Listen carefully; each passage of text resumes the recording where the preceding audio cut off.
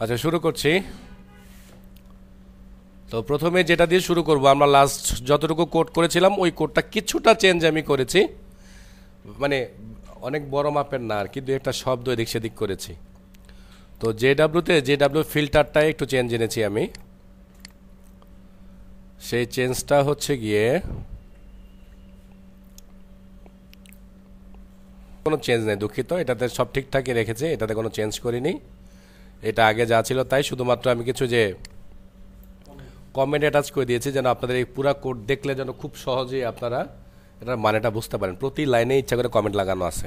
ওকে, আচ্ছা চলে গিয়ে যাব সিকিউরিটি কনফিগারেশন। এইখানে বেশ কিছু চেঞ্জেস আনছি আমি। ফার্স্ট চেঞ্জেস হলো, দেখেন এইখানে আমি অনেকগুলো না, অ্যাটলিস্ট দুইটাই এনেছিলাম, কি বলে অটোয়ার করেছিলাম, মনে আছে নিশ্চয়ই। একটা হচ্ছে জেডাব্লিউ অথেন্টিকেশন ফিল্টার, আর একটা ছিল ইউজার সার্ভিস। আমি যেটা করেছি এখন, এই দুইটাকেই আমি এই ফিল্টার চেঞ্জে মেথড বানাইছি, এই মেথডের প্যারামিটার হিসাবে পাস করছি। জাস্ট এই এতটুকু চেঞ্জ আমি এখানে আনছি। ক্লিয়ার? আচ্ছা, আর এই একটা প্যারামিটার কিন্তু আগেই ছিল। ওকে, আর এইখানকার কোডের মধ্যে কোনো চেঞ্জ করিনি, যা ছিল তাই আছে। সো মেজর চেঞ্জ করছি শুধুমাত্র আমি এই দুইটা আমি এখানে অ্যাজ এ প্যারামিটার হিসাবে পুশ করে দিয়েছি। আচ্ছা, একটা বাড়তি জিনিস অ্যাটাচ করেছি, সেটা হচ্ছে এই বিনটা আগে দেইনি আমরা। জেডাব্লিউ অথেন্টিকেশন ফিল্টার এই বিনটা আমরা ইউজ করি নাই, কারণ এটাকে আমরা সরাসরি যেটা করছিলাম এখানে অটোয়ার করে দিয়েছিলাম, অটোয়ার করে এখানে পুশ করে দিয়েছিলাম। সো এখানে পুশ করে দেওয়ার কারণে যেটা হয়েছিল, আমাকে ইরোড দিচ্ছিল। ইরোড দেওয়ার কারণটা হচ্ছিল কীরকম, যে তো এই বিনটা এখানে দেওয়ার কারণ হচ্ছে এটা যেন বিনটাকে আমরা অন্য জায়গায় ডিরেক্টলি ব্যবহার করতে পারি। আর আমরা অটোয়ার করে যেটা করতেছিলাম, এর কারণে যেটা হইতেছিল যে এই বিনটা 2-3 বার ইউজ হইতেছিল, একই জিনিস 2-3 বার, মানে একই জায়গায় 2-3 বার পুশ হচ্ছিল। তো যার কারণে আমাকে একটা বিশেষ টাইপের ইরোড দিচ্ছিল, এবং ও বলতেছিল যে তোমার এই ডিপেন্ডেন্সিসগুলো সার্কুলার স্টাইল ইউজ হচ্ছে, সার্কেল আকারে, মানে একটার সাথে ডিপেন্ডেন্সি অনেক লম্বা হয়ে গেছে, যার কারণে ইউজ করতে পারতেছিল না। এই জন্য আমি ডিরেক্টলি যেটা করছি এটার মধ্যে এটাকে পাঠাই দিছি। তো এটার মধ্যে এটা পাঠাই দিছি, এরকম করে পাঠাইতে হয়েছে কেন, সেটার ব্যাখ্যাটা হচ্ছে আবার এখানে। এই যে দেখেন, এখানে আমি একটা কনস্ট্রাক্টর বানাইছিলাম, যে কনস্ট্রাক্টরের মধ্যে আমি কি করছি, প্যারামিটার হিসাবে ওদের দুজনকে পাস করছিলাম, তাই না? সো এই জন্য এই বিনটাকে আমাকে এমন বানাইতে হয়েছে। আর এগুলো তো আগেই ছিল, পাসওয়ার্ড এনকোডার আগে ছিল, আমার ক্রস কনফিগারেশনও আগে বানানোই ছিল। সো এগুলোতে কোনো ঝামেলা নেই। তো আমি বলেছিলাম যে যখন আমরা ক্রস কনফিগারেশন এখানে বানাই দিব, তখন আমাদের আর কই যেন কন্ট্রোলার, আমার জব সিকার কন্ট্রোলারের মধ্যে আমার কিন্তু কোনো আর ক্রস অরিজিন দেওয়া লাগবে না, ও অটোমেটিক এখন থেকে কাজ করবে। মানে যত কন্ট্রোলার আপনি বানাবেন সব কন্ট্রোলারে অটোমেটিক সে ক্রস ইউজ করবে। কেন? কারণ আমি মূল জায়গায় ওর সেন্ট্রালি ওকে আমি ক্রস অ্যালাউ করে দিছি, এবং শুধুমাত্র এই নাম্বার থেকে কিন্তু ক্রস হবে। তো আপনারা কিন্তু আবার মাঝে মাঝে যে ভুলটা করেন, সেটা হচ্ছে গিয়ে অ্যাঙ্গুলার প্রজেক্টে বন্ধ না করে আবার আরেকটাতে রান করে দেন। তো রান করলে কী হয়, পোর্ট কিন্তু চেঞ্জ হয়ে যাবে। পোর্ট যদি চেঞ্জ হয়ে যায় তাহলে কিন্তু আপনার এখানে ক্রস লক করে দিবে। এই জিনিসটা খুব সতর্কতার সাথে মেনটেন করবেন। সো পোর্টটার জন্য অবশ্যই 4200 থাকে। তো আচ্ছা, তো আমরা সিকিউরিটি মোটামুটি ঠিক করে ফেললাম, অথেন্টিকেশনে আমাদের যে ঝামেলা ছিল সেটাও সলভ হয়ে গেল। এবার আমরা চলে আসলাম আমাদের কন্ট্রোলারের মধ্যে, যেটা ছিল আমাদের জব সিকারকে আমরা এখানে সেভ করব, ওই কন্ট্রোলারটা। তো আমরা কিন্তু দেখেন জব সিকারের মধ্যে কাকে ইউজ করেছি, খেয়াল করেছেন তো? ইউজার সার্ভিসকে। কেন ইউজার সার্ভিসকে ইউজ করেছি? কারণ ইউজার সার্ভিসের মধ্যেই কিন্তু আমি রেজিস্ট্রেশনের ব্যাপারটা এখানে কমপ্লিট করে দিয়েছি। কই যেন, এই যে সেই রেজিস্ট্রেশনের ব্যাপারটা। তো আমি বলেছি ওকে আমি ইউজারও পাঠাবো, ওকে আমি জব সিকারও পাঠাবো, দেন একসাথে সে দুই জায়গাতে সেভ করবে। এবং মজার ব্যাপার একটা বাড়তি জিনিস করেছি, সেটা বলেছি কি দেখেন, জব সিকার সার্ভিস জব সিকারের ডাটা সেভ করবে, ইউজার সার্ভিস জব সিকার ডাটার মধ্যে আমরা যেটা করব, ইউজারকে সেভ করব। কারণ কি? কারণ ইউজারের একটা রেফারেন্স আমাদের জব সিকারে রাখতে হবে না? কারণ এই জব সিকারটা ইউজারের টেবলের মধ্যে কত নম্বর ইউজার সেটা আমাকে জানতে হবে, তো রিলেশন করা আছে, এই জন্য এটা করেছি। আর এইখানে যেটা করেছি এটা আগে ছিল না, কি বলছি দেখেন, now generate token and save token associated with saved user. আমি বলছি string JWT service generate token এবং টোকেন জেনারেট হলে কী করতে হবে, একটা ইউজারকে পাঠিয়ে দিতে হবে। সো ইউজারকে আমরা পাঠিয়ে দিলাম, কোন ইউজারকে, যে ইউজারকে মাত্র আমরা সেভ করলাম। এবার আমরা বলতেছি সেভ ইউজার টোকেন JWT, তার মানে এটা পাঠাইতে হবে আর সাথে সাথে সেই ইউজারকে পাঠাইতে হবে। অ্যান্ড সবার শেষে আমরা কি করলাম, তাকে একটা মেল পাঠিয়ে দিলাম। এই তাহলে এই সেভ ইউজার টোকেন আমরা কোথায় পেলাম,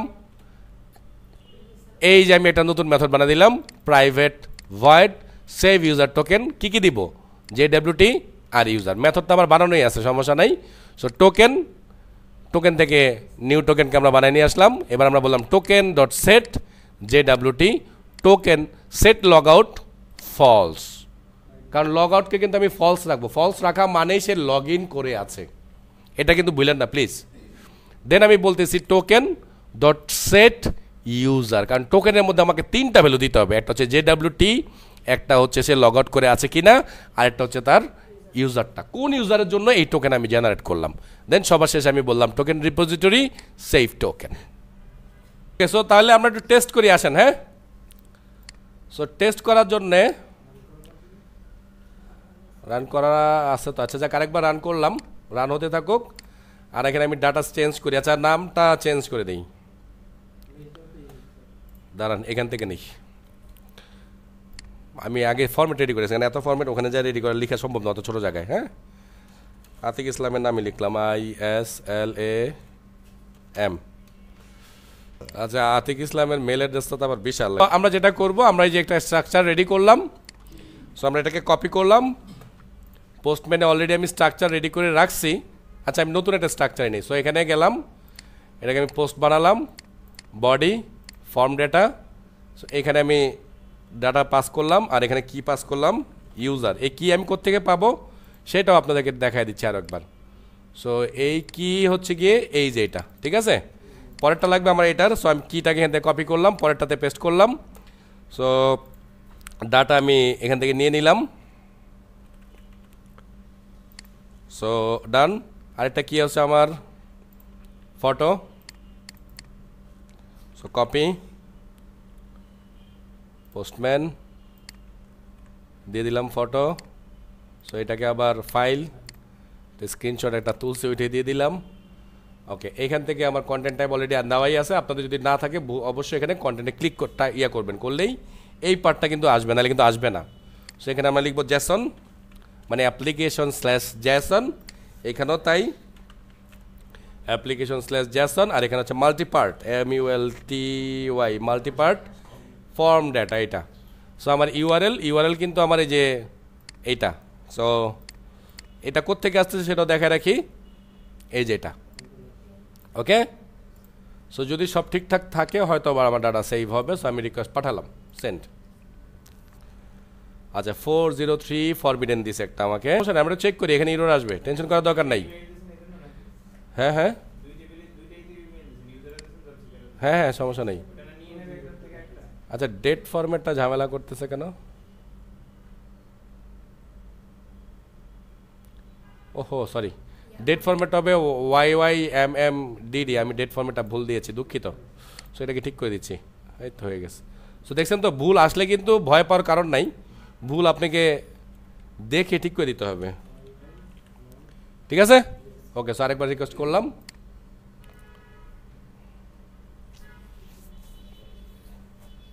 ওকে, so user added successfully. So আমরা ডাটাবেস চেক করি, এখন তো একমাত্র উপায় আমাদের এটাই। সো আমরা ইউজারে চলে গেলাম। সেই যে আতিক রহমানের জন্য ইউজার তৈরি হয়ে গেল, এই যে তার নাম, তার অ্যাকাউন্ট কিন্তু এখনও লক করা, খেয়াল করছেন তো? এই অ্যাকাউন্টে কিন্তু লগ ইন করা যাবে না, কারণ ওই যে বাই ডিফল্ট লক রেখে দিয়েছিলাম। আর এই যে দেখেন তার পাসওয়ার্ডের অবস্থাটা কি দেখছেন, পাসওয়ার্ড দিয়েছিলাম কত 1 2 3 4 5 6, কিন্তু পাসওয়ার্ডের কত বড় সাইজ এসে দেখেন।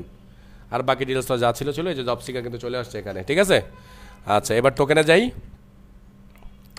সো এই যে দেখেন আতিকের নামে একটা টোকেন এসেছে। আতিকের এই টোকেনটাকে আমরা এখান থেকে কপি করলাম, কপি করে দেখবো এই টোকেনের মধ্যে কী কী আছে এবার। হ্যাঁ, WT.io অফিসিয়াল সাইটে আসলাম, আমরা যে টোকেনটা পাইলাম সেই টোকেনটাকে এখানে পেস্ট করে দিচ্ছি।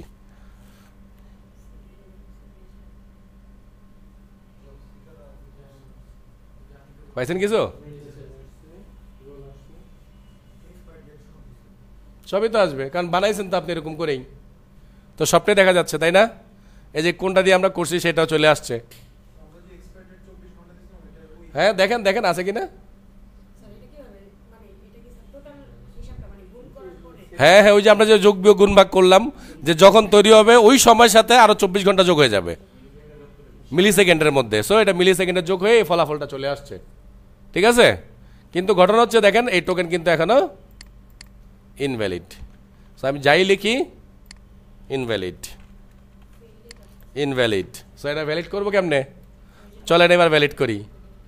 সো যা ভ্যালিড করার জন্য আমাকে যেতে হবে কই কই কই, আরে আমার স্ক্রিনটা যে আসলে কত বড় দরকার ছিল রে, তো ছোট স্ক্রিনে কাজ করা যায়।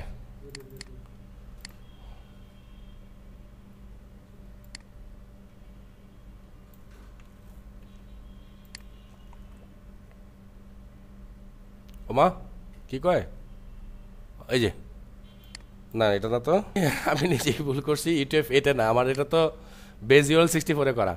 সো এই যে এখানে দিয়ে দিলাম, আমার এইটা ভ্যালিড হলো। সো এই এখন আমি এটাকে নিয়ে কাজ করতে পারবো। দেখুন এই যে জন্য আমার এই পার্টটা কিন্তু কালারফুল, এক একটা এক এক কালার দেওয়া আছে। যাই হোক, এটা নিয়ে টেনশন করার দরকার নেই। সো আমি যেটা বলছিলাম 3 ভাগে আসবে, সো 3 ভাগে আসছে, আমার যা যা দরকার ছিল সবই আমাকে দিছে। সো যতক্ষণ পর্যন্ত না এই কি এটার সাথে মিশবে ততক্ষণ পর্যন্ত এটা ইনভ্যালিড হিসাবে কাজ করবে, বুঝতে পারছেন তো। আর এই কি কিন্তু আমার প্রোগ্রাম থেকে আসবে, যেটা আমি প্রোগ্রামে বানানোর সময়টা বানাইছি।